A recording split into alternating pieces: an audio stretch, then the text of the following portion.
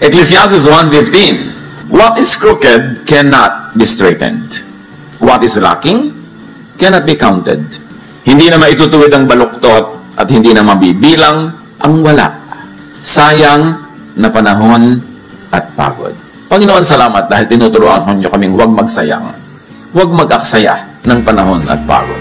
At sa sandaling ito, ang aming puso hinalaan namin, Panginoon, kami po'y gawin yung tahanan ng iyong Espiritu. Make us the habitation of your Spirit.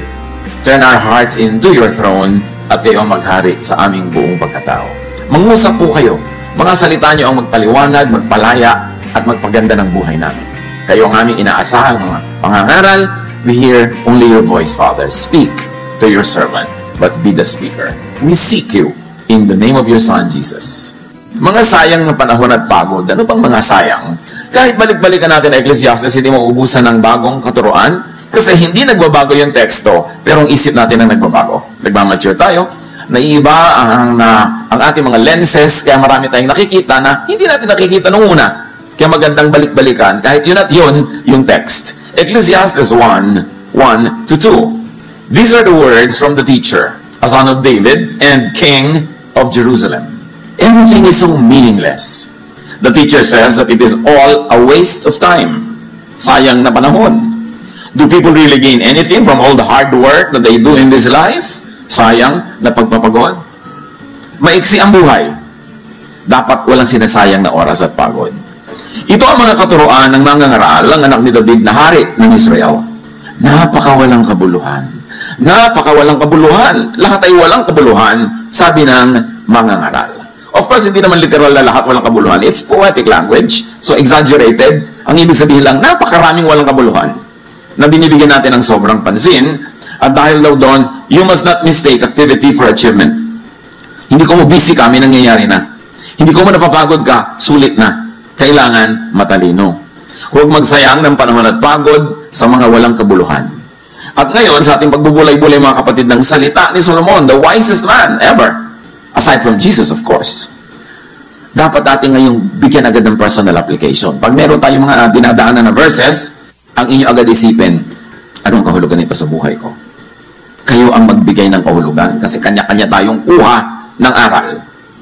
Sabi niya sa Ecclesiastes 1:4, people live and people die, but the earth continues forever. Patuloy ang pagpapalit-palit ng mga lahi, ngunit hindi nagbabago ang daigdig. In other words, we do not own the land owns us. Kaya pag sasabihin itong aking mga ari-arian, no, ililibing ka dyan, yung alikabok mo mababalik na maging fertilizer ng mga puno ng papaya. We do not own the land. So anong pag-aaksaya doon? Huwag magsayang ng panahon at pagod sa pagmamayari, sa pagnangamkam. Huwag mag-aaksaya ng mga relasyon, pagmamahalan, pag-iibigan ng mga magkakapatid, magkakamag-anak, magkakaibigan dahil sa lupa. O dahil sa mga katumbas ng lupa ngayon, capital, dahil sa pera. Kasi hindi natin talaga yan madadala. Ang kailangan mo lang na lupa, siguro 1 meter by 2, kung ililibing kang ganyan. Kung gagawin kang alabok, ang kailangan lang talaga isang Tupperware. So bakit mo sisirain ang relasyon mo sa mga kamag-anak mo dahil sa lupa? Bakit ka makikipag-away dahil sa lupa? Para maging sayo? It can never be yours. You are the lands. Kaya, yan ang pag-aaksaya. Pero mo magkakagalit yung magkakapatid dahil sa lupa. Yun ang sayang na pagod. Sayang na panahon. Ang saya-saya nyo ng mga bata pa kayo, naglalaro kayo, nanguhuli kayo ng gagamba, nagagawa kayo ng lastiko, mga kahan ng sigarilyo, tinetext-text nyo na ganyan. Pagkatapos, nagkaroon kayo ng asa-asawa, nasusul-sul-sul sa inyo, mag-aaway-aaway kayo magkakapatid. Sayang. Sayang ang panahon pinagsamahan. Dapat hindi sasayangin. Ecclesiastes 1:5-7. Ang araw ay patuloy sa pagsikat at patuloy sa paglubog. Pabalik-balik lang sa pinanggalingan. Ang hangin ay umiihi patungong timog, patungong hilaga. Buong araw, napaikot-ikot. Lahat ng tubig ay umuuwi sa dagat, ngunit hindi ito napupuno.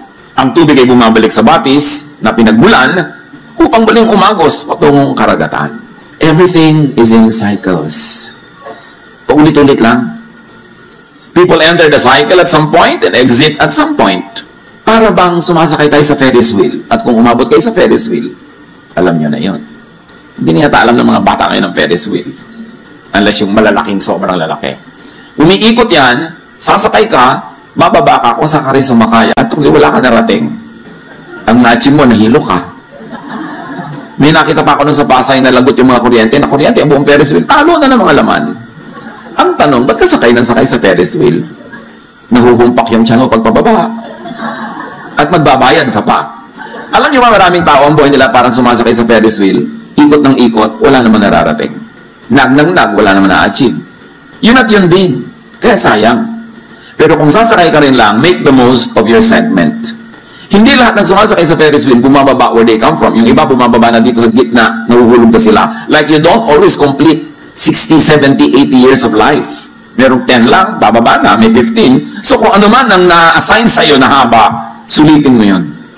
Ibig sabihin, huwag ka magsasayang ng pagod at oras sa mga walang katuturang bagay. Sayang yung segment mo. Sayang yung ride.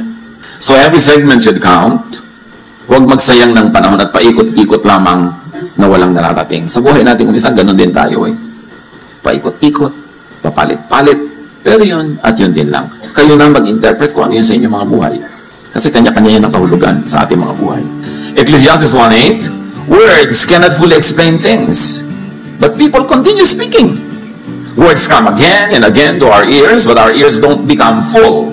And our eyes don't become full of what we see. So Solomon observes, we are never full. Kaya huwag na lang magsayang ng pagod at panahon sa pagpupuno ng hindi naman talaga mapupuno. Yung mahilig sa sapatos, kahit sandamukal na sapatos na yan, hindi pa rin kayo mapupuno. So tama na yung 5. Yung mahilig sa bag, kahit na mabili nyo ang lahat ng bag sa mundo, hindi pa rin kayo sasaya kasi yun ang hilig nyo eh. So tama na yung konti. Mami, bakit wala na po ito? Yung ulam ko di malabdaw na miswa. Bumili ako ng Birkin, anak. So mga 5 taon tayo magmimiswa. Kung minsan you sacrifice so much for something that's not really worth it. Bakit sinasabi ni Solomon? Kasi bulag tayo sa mga bagay na gusto natin. Kung anong hilig mo, bulag ka dyan. Kaya dapat takunan ng liwanag ng wisdom ni Solomon, sabihin, sayang ang lahat ng ginagawa mo. Sayang ang binibili mo. Lalo pa nga kung malaki ang ibinabayad mo dyan. In terms of money, in terms of human relations, in terms of emotion, sayang. Because you are never really full anyway, so makontento ka ng hindi full. Yung mga naghahanap ng pag-ibig, to fill them, to complete them, wala nun. Hanggang tumanda ka na at gumagapang patungong libingan, naghahanap ka pa rin ng ko-complete sa'yo. So kung ano ka na yan, magsaya ka na. Huwag mo nang hanapin pa lahat ng kulang, enjoyin mo na yan kahit kulang, para hindi masayang ang oras mo kahahanap. Kakukulit. Ecclesiastes 1:9-10. Ang naganap nun, ay nangyayari rin ngayon. Ang mga nagawa nun ay magagawa rin ngayon. Walang bagong pangyayari sa mundong ito. Ang sabi ng iba, halika kayo, ito'y bago. Ngunit naganap na yan nung di pa tayo tao. Ang naiiba-iba lang yung physical aspect of things. Yung method, yung tools, but the essence is the same. Kahit anong makinarya pa ang sabihin mong bagong invento, walang nangyaring bago. Ang totoo, ganun lang yun. Ang tao naghahanap ng ginhawa, noon hanggang ngayon.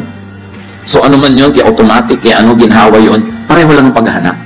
So hindi na tayo talaga giginhawa. Dahil nung araw, kung may TV set ka, ang yaman mo na. Tatayo ka, magpapalit-palit ka ng channel. Pero ngayon, parang napakalaking hirap na yan, kailangan naka-remote. At alam mo kung sino ang tunay na Panginoon sa isang bahay, hawak niya ang remote.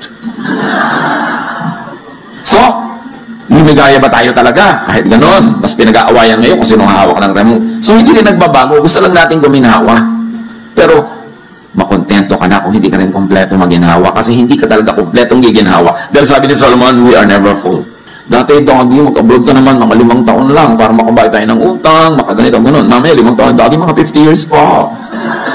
Dahil hindi na matatapos ang gastos. Habang lumalaki ang kita, lalaki ang gastos, dumadami ang humihingi. Hindi rin kompleto yan kahit kailan. Hindi ka rin luluwag.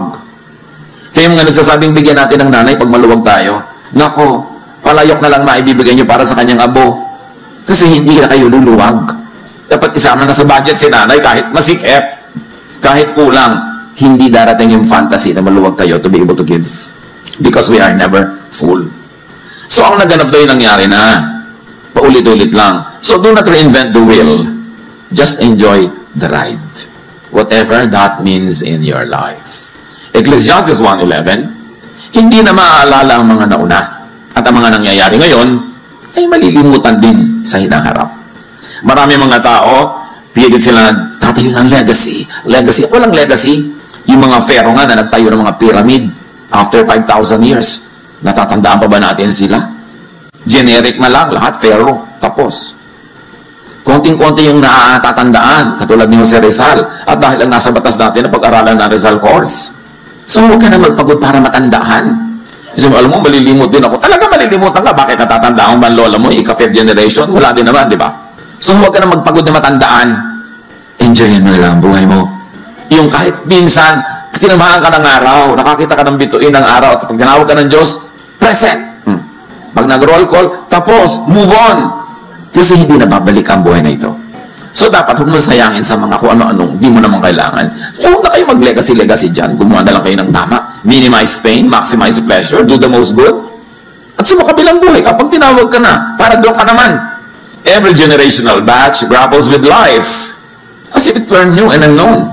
And it begins as new for every batch. Kaya kahit anong payo bigay mo sa mga bata, ayaw makinig. Di ba? Kasi, uulitin nila yung mga pagkakamaling nagawa mo noon. Uulitin nila ang lahat kasi bawat isa may kanya-kanyang cycle ng buhay. Hindi mo pwedeng i-accept yung next generation sa lahat ng naging mali mo. Then ano na magiging buhay nila? Perfect. Kasi wala, ba't ang mga bata hindi nakikinig? Mayroon talagang dapat pakinggan, pero dapat din natin tanggapin na built-in siguro yun para madiscover nila ang buhay for themselves, for them to learn from their own mistakes, like what we did, because we cannot accept them from all the mistakes we made, because we should not accept them from all the aspects of life. Kaya huwag tayong mabigo, magturo tayo na magturo, and pray that they will listen, at mga bata, makinig hanggang kaya nyo. Pero, huwag na natin, sakta natin makalooban pag hindi tayo laging pinapakinggan. Kasi didiscover nila ang buhay on their own. That's part of living. Ecclesiastes 1:12-15, patuloy ni Solomon, ako, ang mangangaral, ay naging hari ng Israel. Siniyasat ko at pinag-aralang mabuti ang lahat ng bagay sa mundong ito. At nakita kong ang tao'y itinalaga ng Diyos sa matinding paghihirap. Nakita ko ang lahat ng gawa ng tao sa mundong ito ay walang kabuluhan. Ito'y tulad lang ng paghabol sa hangin. Hindi na maitutuwid ang baluktot at hindi na maibibilang ang wala. So to be happy in life, to be happier in life, to not waste time and energy, huwag niyong bilangin ang wala. Yung wala, di wala. Adjust. Lahat naman tayo, di ba, may mga mahal sa buhay na nauunang sumasakabilang buhay. Adjust. Kasi kung gusto ng Diyos na sabay-sabay yung kunin, hindi naman mahirap gawin yun. Natira ka pa kasi hindi mo pa time. So, live your life. Huwag kang mabuhay sa guni-guni, sa alaala nung wala. Ang kailangan ng bilangin mo yung nandyan. Para hindi dumami ang iyong mga lungkot. Sabi ko nun, hindi na maitutuwid ang baluktot. Ibig sabihin, what is crooked cannot be straightened out. So, baka magpagod na kayo ng katutuwid sa isang taong talagang baluktot. Mamaluktot na rin kayo para makasabay niya pamisa-misa. Hindi nyo maituwid siya, kaya nyo naman siguro mamaluktot, mag-adjust sa kanya, para lang mag-enjoy kayo sa buhay. Maraming magulang nagtatakwil pa ng anak na hindi niya maituwid ayon sa direksyon na gusto niya.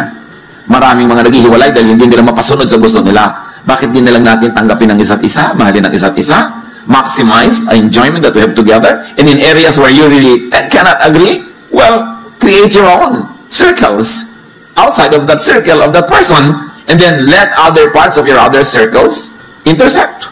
Hindi naman talaga pwede mag-agree ka with one person completely, kahit asawa mo, kahit magulang mo, kahit anak mo. Ba't din lang natin nagapin? Ganun talaga, iba-iba.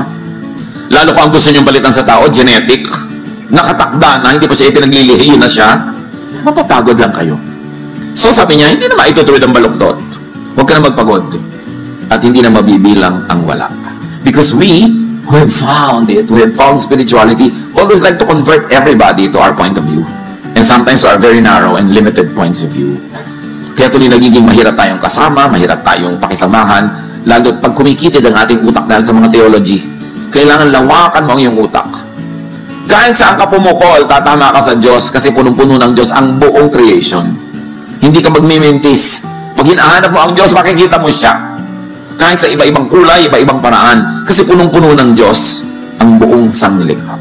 So many things are not worth doing. And according to Solomon, the wise will not waste precious time on things that are not worth doing or that cannot be done anyway. Huwag na kayong magpagod na ituwid ang baluktot. Maximize na lang yung inyong love, yung inyong enjoyment sa buhay. And like change the unchangeable, that is an undoable quest. Like change people. Lagi na lang, Lord, i-change mo po ang husband ko. Lord, i-change mo po ang anak ko. Ano, buong universe, papalitan ng Diyos para mag-suit sa taste mo? Ba't di ba nalang sabihin at nasubukan ko, Lord, i-change yung nga po ako. Na-appreciate ko yung nanay ko. I-change yung nga po ako. O kaya, let's work on this together, Lord. Mas madali namang ako ang ilapit ko sa inyo na baguhin nyo kaysa ilapit ko ang buong barangay na baguhin nyo sila para masyahan ako sa kanila. Di ba, sayang ang pagod mo nun? Magpo-frustrate ka. Ang dami ko natatanggap na prayer request, Pastor, ipag-pray nyo naman na mag-change ang asawa ko. Hindi po ako magician. At ang Diyos hindi rin nagmamagic. Ang mahalaga, as is where is, mahalin nyo, and continue to do what you can para maging mas positive ang inyong samahan. At kung maaari, at sa palagay nyo talaga, tama na mag-change, edi give all the reasons para mag-change, pero kung hindi pa rin nag-change, huwag niyong ituwid ang baluktot. Mamamatay lang kayong bigo. Maghihiwa-hiwalay lang kayo ng lahat ng taong mahalaga sa inyong buhay. Yun ang importante yung tinuturo ni Jesus yung acceptance and love of people and for people. Sabi sa Jeremiah 13:23, can an Ethiopian change his skin or a leopard get spots? Of course, the answer is no. Ngayon kasi with technological manipulation, napapalitan mo yung tone of your skin. Pero nung ginawa itong verse na ito, ang ibig sabihin lang nila, impossible yun. And it must be understood from that point of view. Huwag kang mga tuwira na, ngayon pwede na. Hindi yun ang ibig sabihin ng writer. Ang ibig sabihin ng writer, what cannot be changed, you should not even endeavor to change. Ecclesiastes 1:16-18, sabi ko sa aking sarili, ang karunungan ko higit sa sinundan kong mga hari sa Jerusalem. Alam ko kung ano ang tunay na karunungan at kaalaman. Pinag-aralan kong mabuti ang pagkakaiba ng karunungan at ng kamangmangan, ng katalinuhan at ng kamaliwan. Ngunit, napatunayan kong ito rin ay tulad ng paghahabol sa hangin. Habang lumalawak ang karunungan ay dumarami ang alalahanin. At habang dumarami ang nalalaman, ay lalong tumitindi ang kapighatian. Sabi ba, tama ako. Talagang hindi ako nag-aral doon. Tama ako, hindi na ako nagpakarunong. Hindi naman yun kasi kamangmangan yun eh. Alam niyo, siyempre yung poetic language exaggerated to drive home a point. Hindi binabaliwala ni Solomon ang karunungan. Ang sinasabi lang niya, habang rumurunong ka, humanda ka, kasi habang lumiliwanag ang iyong isip, mas marami ang nakikita mong kadiliman sa paligid. So, are you trying to be wise? Is trying to be wise a waste? Is trying to be wise a waste of time and effort? Ang sinasabi lang ni Solomon na ito, huwag magsayang ng pagod sa sobrang pag-iisip. Don't overthink.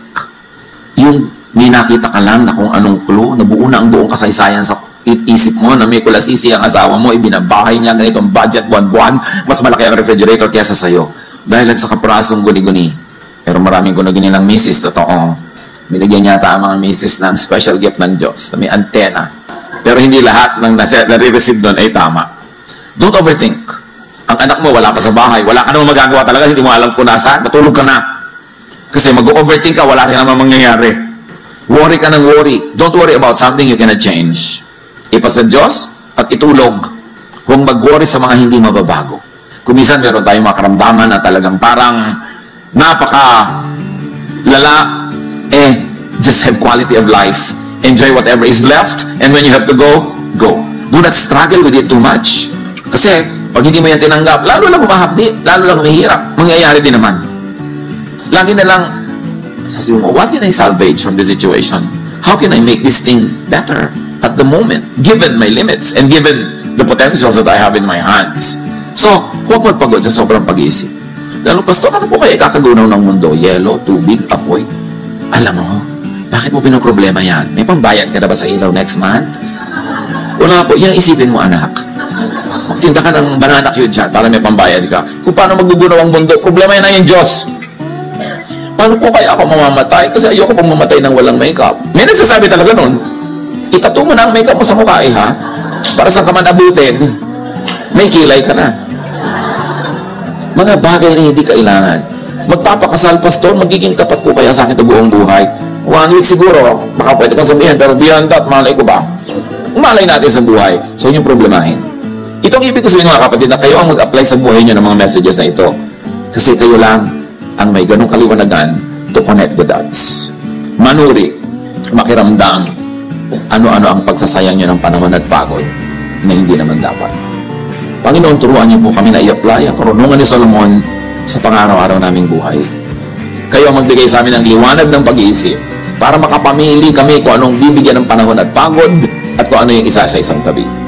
Pagbulay-bulayin natin mga kapatid, huwag niyong madaliin, pag-isipan, and listen to the voice of the Spirit that is now guiding you to make very practical applications in your own private life.